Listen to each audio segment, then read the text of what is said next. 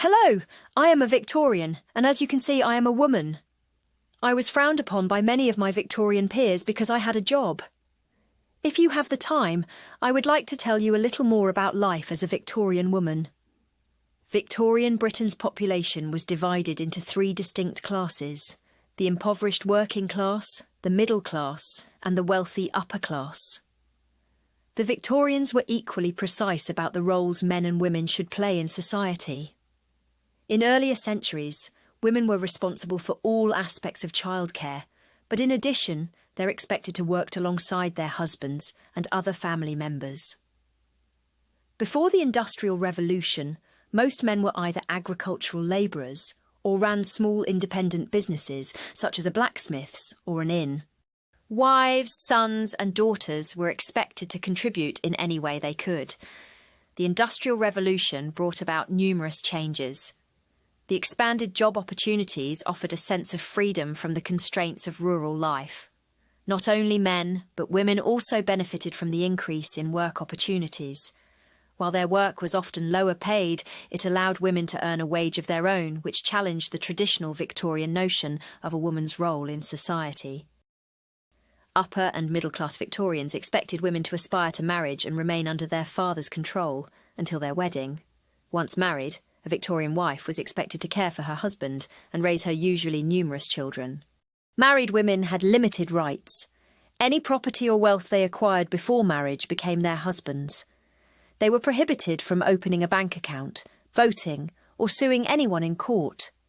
In the event of divorce, a woman had no legal claim to any property or money she might have owned prior to her marriage. Her husband automatically gained custody of any children.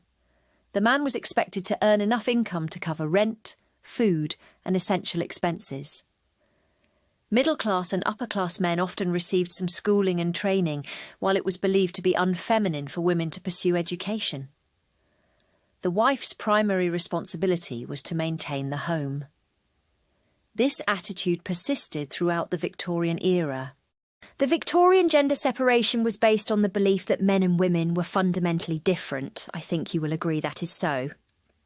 However, Victorian men who controlled and drafted all the laws also believed that women were not physically or mentally robust enough for life outside the home. This myth was about to be shattered. Middle and upper-class women who were not married were often perceived as failures and were frequently pitied and looked down upon. It was widely believed that spinsters must possess some inherent character flaw that prevented men from marrying them. However, this notion was far from accurate. During this period, the number of Victorian women far exceeded the number of Victorian men. Consequently, numerous women did not have the opportunity to marry. The situation was further exacerbated by the fact that many men emigrated to colonies in search of a better life, while others succumbed to hazardous work conditions, leading to an increase in the number of unsupported widows. It soon became apparent to the government that they needed to make changes to enable single women to support themselves. Gradually, attitudes began to shift, influenced by media articles about remarkable women like Florence Nightingale, Elizabeth Fry, and Elizabeth Browning. If a woman was unmarried and lacked sufficient family wealth to support her, she had no choice but to find employment. However, as we mentioned earlier, it was considered unfeminine for middle and upper-class women to receive an education that might allow them to compete with men. This limited their opportunities for employment.